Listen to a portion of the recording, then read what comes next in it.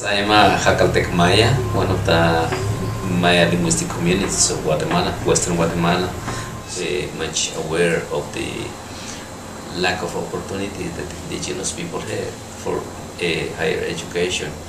And so this is why we think it's important to work with an organization such as Nahual to deal with the local level communities and identify the needs of these indigenous communities in terms of education. En el departamento nosotros tenemos especialización en la ecología, en lingüística, en epigrafía, en todo, pero todo cae dentro del departamento. O sea que no es solo una cosa limitada, ¿verdad?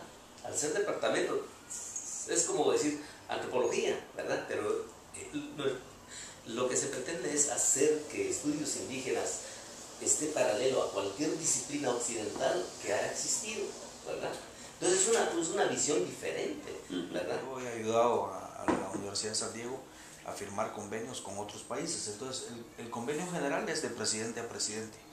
Y entonces realmente el presidente de la universidad ni se entera. Es una cosa que lo maneja un departamento. Sí. Entonces Fundación Nahual ha creado en este sentido una red de pueblos indígenas y nace allá en Panamá, en Ecuador, y nace con toda la cosmovisión de Ivan Wawa, que había escrito un indígena cuna, cómo el norte y el sur pueden estar conectados y cómo Centroamérica es el corazón.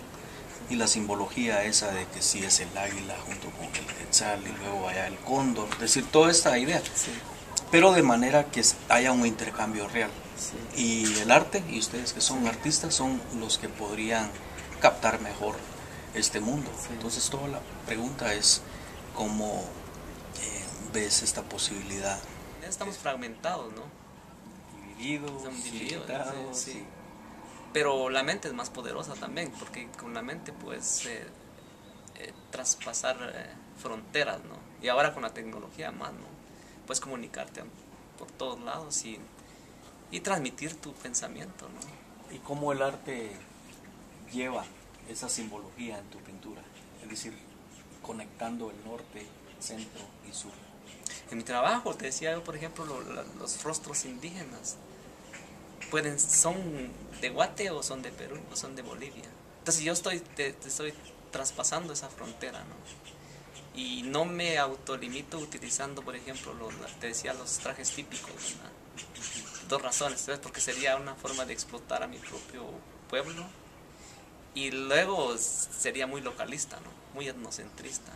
I met Ignacio in the late 1990s when he first came to San Diego, but he had been part of a circle of people that I knew very intimately, so it was as if I had heard of him decades before, he had heard of me decades before, but we only really met when he arrived in San Diego, and at the time I was living in San Francisco, California. And so we connected. He brainstormed the foundation, among others, by talking to me about it and about what he wanted to do. His will to return to Guatemala and to do something that would be meaningful for the Guatemalan people. He wasn't exactly sure how it would go, how it would be structured, but he didn't want to just become an academic, but he wanted to really create something that would be meaningful, that would still have an impact among Guatemala's people. The Nahual Foundation to me is one of those wonderful, little, quiet, sort of beneath the radar organizations that does so much good in this town and outside in the aldeas surrounding Antigua. I first met Ignacio when he came by my cafe one day and said, "You've got a lot of young people in your bar and I would love somebody to round up people to help plant trees circa Sierra de la Cruz, because we're doing a reforestation project and I would like the foreigners in Antigua to really know what's happening out in the aldeas and become part of this project." And we rounded up a lot of people and it was amazing to see both the influence that Ignacio has and the relationships that he has in the aldeas and what he is trying to do on a community level to improve water in the communities, to educate the people about the problems of deforestation and how that affects mudslides, but also how it affects their personal lives, what he is doing with the environment in terms of cleaning up these areas. But his influence is very much from the bottom up, and he's one of those people who is truly having an impact.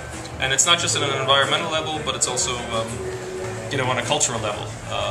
The Kite Festival, which is a very big thing around the Day of the Dead here in Guatemala. Ignacio brings a group of people together to build kites, to understand the significance of the Kite Festival, and then takes them out to the places where the festival is and spends several days not just bringing his friends out or volunteers who help work on these kites, but tourists out to these areas so that they can understand the significance of it and begin to participate in the local culture.